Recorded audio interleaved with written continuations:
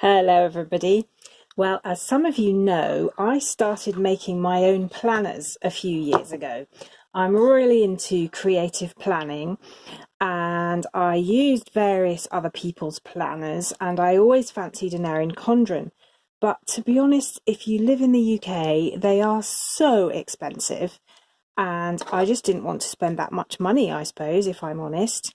So I decided to start making my own, and I have my little Zutter bind it all here. Hope you can see that. So my very sweet little machine that I've made videos with before and I absolutely love and I've used a million times, and boy, if ever there was a piece of kit that I've got my money's worth out of, it's this little thing. And what you do is you punch holes in pieces of paper and then you make some cardboard covers and punch holes in those, and then you bind the whole thing together. So as you can see here, I've made most of my inserts already and I'll show you them in a minute, but I just wanted to come on and show you how I put the whole thing together and then show you the finished piece. So what I need to do is punch the covers, and normally for this kind of a job you would use a bulldog clip like that, but actually this can, because it's a very tight one, make holes in my covers and I don't want that. So I'm just using clothes pegs, nothing fancy about those. And this is a sheet that I have just simply folded in half and drawn down the middle of, and it's going to keep me right in terms of where to put the holes. So I'm just going to check that that's in shot and you can see that. Yes, I think you can. So I'm going to simply pop that in and you'll see that line there is going to show me where to cut. However, these covers are going to be too thick to do both at once, I have just discovered. So I used some really quite thick cardboard for these, and I just wrapped them in paper. So I'm going to stick that in the middle and just punch my holes. And it's quite good to stand up to do that. And then I'm just going to pop the holes in there like that. Now, the really good thing about making your own planner is you can do it exactly as you want. And I'm quite fussy when it comes to planners. I like to have A5 size. I like to have a week on one spread. I like to have a to-do list for each day. So you can see already my list is getting quite long. I like to have a double spread month calendar pages at the beginning of each one. And so, you know, I'm getting quite fussy and I'm very particular. I like it how I like it. And what that means is that it's increasingly hard to find a commercial one that I want. Now, there are these customizable places like Erin Condren where you can really choose from a lot of different options to have it how you like. But as I say, my budget, don't know what that ribbon's doing there, my budget's just not running to an Erin Condren at the moment. So I started making them and actually discovered that I could make them really every bit as nicely myself as the kind of one you'd buy in a shop. So here's how I'm finishing it off, and I'm just using the Zutter. Now there's lots of YouTube videos about how to use a binder tool, and you can just put it into YouTube and you'll find them. So I'm not going to replicate that here, but I'm just finishing off the covers. So there's my holes. Now what you'll see with these covers is that I've literally just chosen a paper line. I've used it throughout my planner. I actually used a line called I Am from Simple Stories, and I've supplemented it with a few other bits of scrapbook paper also from Simple Stories that I had lying around, and I've wrapped these in the paper and then I've stuck a piece over to cover where I folded it round, and then I've made some little pockets front and back. And I put some glue varnish on the front. So this is what I've used here on the front of the book is Collal from Crafter's Companion, just the glue varnish. And as many of you know, I'm a massive fan of Crafter's Companion products. So there we go, I've got all this put together, I've done the covers the right way, and again, there are YouTube videos about how to do this. If anyone wants a more detailed, bind it all, how to use it, how to make a book with it video, then shove it in the comments below and I can do that. But for now, I'm just going to use my little bind it all to close the rings. I'm using the largest kind of O wires that you can use, which is the 1¼ inch, I think. And this is the bit that you do kind of want to get right, because otherwise you don't get very nice roundy bits on your rings. So what I'm doing here, it's difficult to show on the video because it's all kind of happening behind the book, but I'm just very carefully coaxing the wires into what I hope will be a circular position around the pages. So you'll see I'm closing them up there, and I haven't quite finished yet. I need to do a bit more pressing.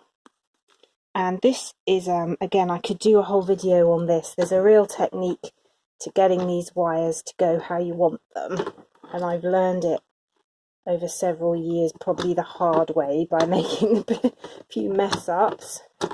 But basically, that's coming up nicely now, and they're closing nicely. Just going to coax those into place with my fingers, and if they start kind of moving around or coming apart, which to be honest they don't tend to, you can just manipulate those with your hands. So that's coming up nicely. So here's the back cover now, coming round, and you've got the seam of the wires inside the back cover, and that is looking great. That's just how I want it. So let me do a quick flip through and I'll show you what's going on inside here. So I've basically got this little tag with my details, so if I happen to lose it, which I pray that I don't, because I'd be really in trouble without this once it's all full, got my details here, and I've got some emergency contact details, and then here's my planner for 2018, and this is 2019. That's exciting.